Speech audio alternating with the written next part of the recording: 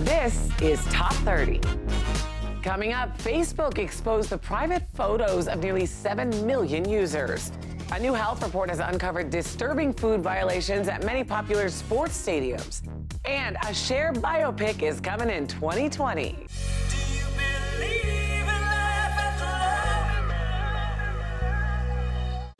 Hi there, welcome to the show. I'm Kristen Smith, and here are 30 things you need to know right now. There's a voluntary recall of cauliflower because it comes from the same California farm connected to the romaine lettuce recall earlier this year. There's an E. coli contamination concern. The cauliflower was distributed to these 10 states, as well as Mexico and Canada. The recall applies to produce harvested between November 27th and November 30th. And Miss Spain made history on Sunday night as the Miss Universe pageant's first ever transgender contestant. Angela Ponce earned the title of Miss Spain by beating out 22 other contestants. And even though she made history, she didn't take home the crown. Miss Philippines' 24-year-old Catriona Gray claimed the Miss Universe crown over contestants from 93 other countries. And finally, check out this bungling porch pirate. The thief backs into a suburban driveway in Maryland and snatches a huge flat-screen TV from the front door.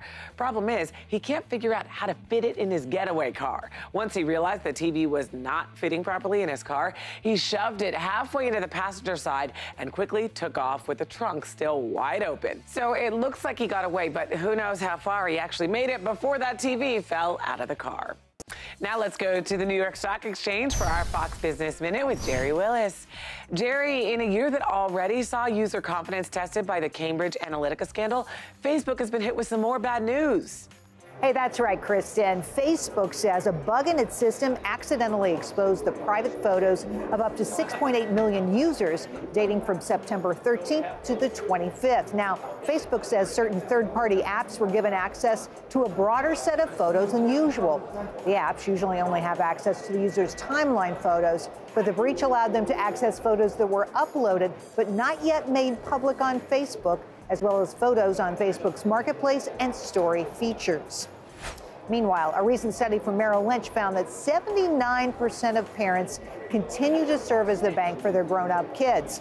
They're paying for big-ticket items like college, weddings, mortgages, even everyday expenses, contributing some $500 billion annually. That's twice the amount they invest in their own retirement accounts. The study also says 63% of parents have sacrificed their financial security for the sake of their kids.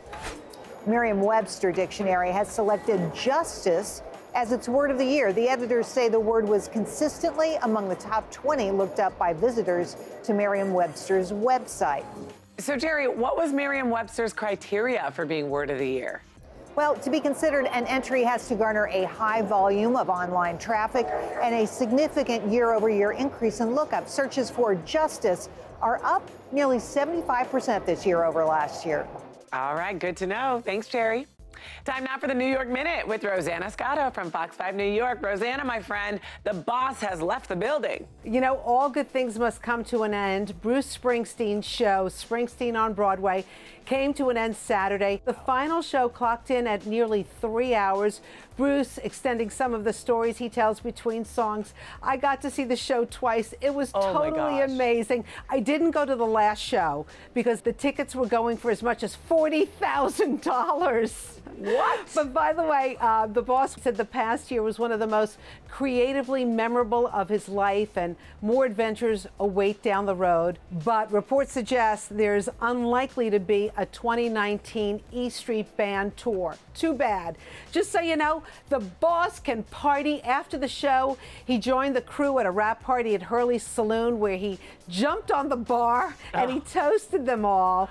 All right, so for those who missed the show, it's on Netflix. By the way, some people are born to run, and that's the boss. He had to get out of there. Such a legend. All right, Rosanna, from the man who sang Hungry Heart to another who was just hungry, and one New York diner was served more than he bargained for. You know, some people have all the luck. So this guy, Rick Antonch, goes to meet his friend at Grand Central Oyster Bar. He orders this meal all the time. It's $14.75. So he's eating one of the oysters, and then he thinks like, oh my goodness, did I just break a tooth? Or was that my filling? No, it was a pearl about the size of a pea. And based on the condition, it could be worth $2,000 to $4,000. No way. This guy figured, okay, this must happen all the time, but apparently it doesn't. The oyster bar sells about 5,000 oysters a day. The executive chef, who's been there 28 years, has only seen this once before. So meanwhile, this guy says he's definitely going to return for more. And by the way, not only is it a win for him in the money department, but you know what they say about oysters, right? Nature's Viagra. Oh, win, right. win. Thanks, Rosanna. All right, moving on. A new health report has uncovered disturbing food violations found in 111 sports stadiums across the country. According to ESPN's Outside the Lines, 16,900 routine inspections were conducted at various venues throughout 2016 and 2017. 28% of them had high-level violations at least half of their food stands. The worst offender was the Charlotte Hornets Spectrum Center, in which 92% of their food vendors showed a high-level violation. Violations included things like bartenders using their bare hands with garnishes and beer leaking from the ceiling at a stadium bar. Other venues that scored violation rates over 80% included the now closed Palace of Auburn Hills, the American Airlines Center, Bank of America Stadium, and Broncos Stadium at Mile High. But if you're a Golden State Warriors or Atlanta Hawks fan, good news. Their stadiums received the lowest number of violations, with both coming in under 5%. Let's go to Danielle Knox now from Fox 35 Orlando. She has what you need to know today. So Danielle, I hear a weekly weigh-in might be a good thing this time of year. Hi, Kristen. Well, here's something that you probably already knew, but stepping on the scale could help you lose weight this holiday season. British researchers found weekly weigh-ins can help prevent seasonal weight gain. Researchers divided more than 200 volunteers into two groups and noted 85% of people who shed some pounds stood on the scale twice a week. Experts say healthy eating and exercising is key during this festive holiday period. Well, if you are looking for a new job but worry that you're underqualified, don't worry, because guess what? You only need about half the skills required to land that gig. The study done by the recruitment company TalentWorks finding that people who have 50% of the skills listed are just as likely to get the job as people with 90% of them. Researchers also finding women only need 30% of the job requirements, despite the fact that women are less likely to apply for a job unless they are close to that 100% mark. Well, as you know, Christmas is right around the corner, and a new survey from UpLoans says grandfathers will shell out more for gifts than grandmother will. On average, grandpas spend $244 per child compared to $202 for grandmas, and it doesn't matter how old your children get. 76% of grandparents say they will never, ever stop giving their grandchildren gifts. I love that. And that's what you need to know. And, you know, I got to tell you, Kristen, my parents didn't give me the same gifts they give my kids. What about you? Same thing in my house. Thanks, Danielle. You know, miracles really do happen. Just ask the Duluth family. What sounds like a medical miracle of survival actually became a reality for one Michigan family. Wife and mother Michelle Duluth was diagnosed as nearly brain dead from a heart attack in August. The doctors even told her husband, Carl, that the woman you know as your wife isn't there anymore. According to an article by NBC News, it was just days after her heart attack that her family was told she had only 5% brain function and 25% heart function. Carl and his family decided to take Michelle off of life support and deal with the reality of the death of their loved one. But that wasn't the reality. Just minutes later, Michelle started breathing on her own. Despite the miracle, doctors placed Michelle in comfort care for patients who are expected to pass away since she hadn't gained consciousness. But 2 days later, she opened her eyes. 2 days after that, she started talking. And today, Michelle is nearly fully recovered after open heart surgery, speech therapy, and physical therapy. Carl said his wife returned home from surgery on their 26th anniversary. What a wonderful anniversary gift that is. Okay, still ahead, a royal Christmas card is causing quite a bit of controversy. And Amazon has a new weapon against porch pirates. Don't go anywhere, Top 30. We'll be right back after this promotional consideration provided by Robinhood.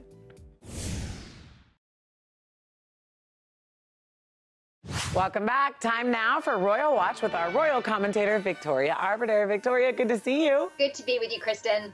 So more Meghan Markle family drama. Her dad claims she hasn't spoken to him since her wedding to Prince Harry in May and says she's ghosted him. Yes, the Markle family members are back in the news yet again. Having previously said he would give no more interviews, Meghan's dad, Thomas Markle Sr., began the week chatting to Piers Morgan on the UK's Good Morning Britain. Love you very much. You're my daughter, and I'd really like to hear from you.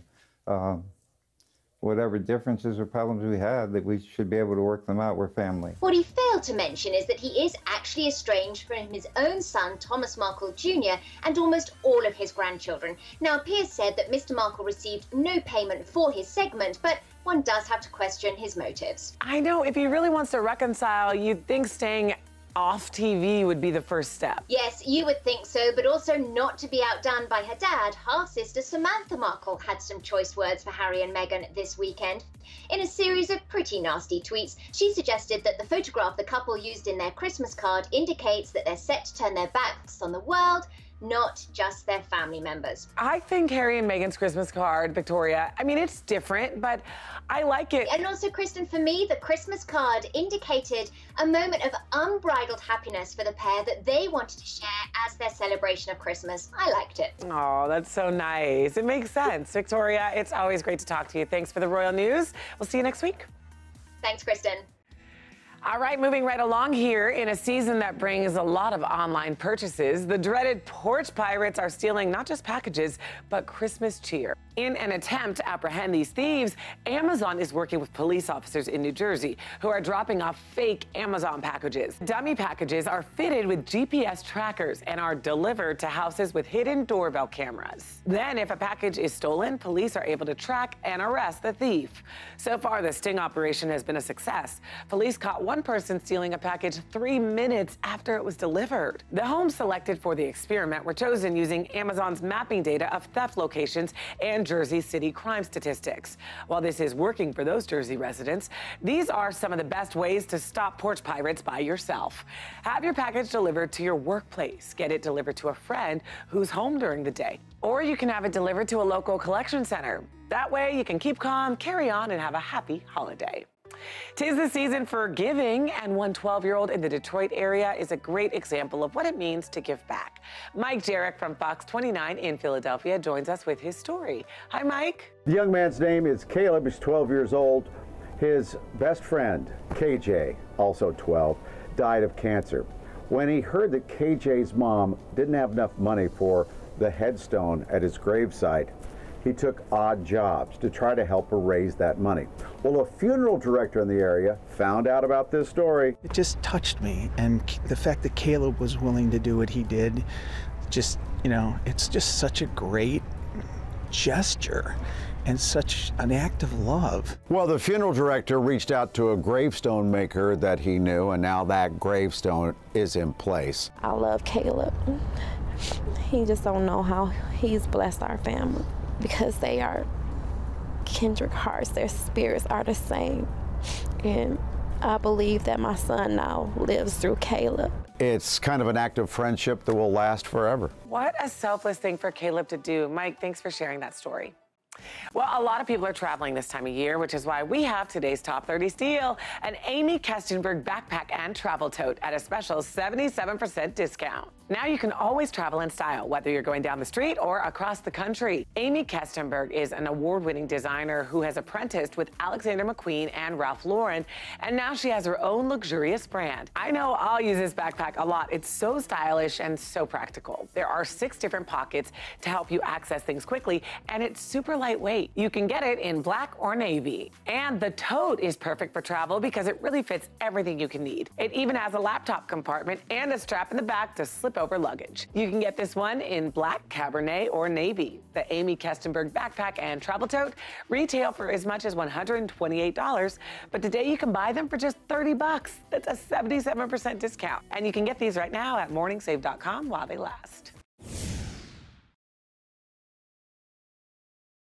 Welcome back. An impressive shoe closet might sound like a dream come true for most ladies, but let's not forget about the guys. Here to show us what a manly shoe love affair truly looks like is Coco Dominguez from Fox 26 in Houston. Hey, Coco. Hey, Kristen. He makes his money playing professional ball, but Rockets player P.J. Tucker is just as passionate about shoes as he is about basketball. Tucker is known for his out-of-this-world shoe collection. He says he stopped counting at 4,000 pairs, and that was way back in 2011. His focus now is designing his own kicks. You know, it's crazy to go from like the basic steps of trying to figure it all out to seeing the actual final product.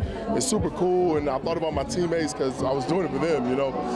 Since I was going to gift it to everybody, I wanted to make sure that it was something I knew guys would be able to wear and would like. So, to see it all come together is cool. Tucker's collaboration with Giuseppe Zanotti features a unique zipper design, and they're only making about 30 pair. The price tag, a cool $995. Back to you, Kristen. Wow, that's a lot. It's always kind of fun to see athletes dabble in their other passions. Thanks, Coco. Well, Cher has had quite the busy year, but the star says there's even more to come. According to an article in the HuffPost, Cher said she will start the next decade by telling her life story. She tweeted that she's working on writing her memoir, which is due to be released in the first part of 2020.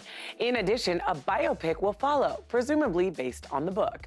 But the upcoming book won't be her first publishing. She's already got a 1998 essay collection, a 1991 fitness manual, and an inspirational children's book under her belt. This news comes just over a week after a musical based on her life hit Broadway. The Cher Show, now playing at the Neil Simon Theater in New York City, features 35 of the 72-year-old superstar's top hits.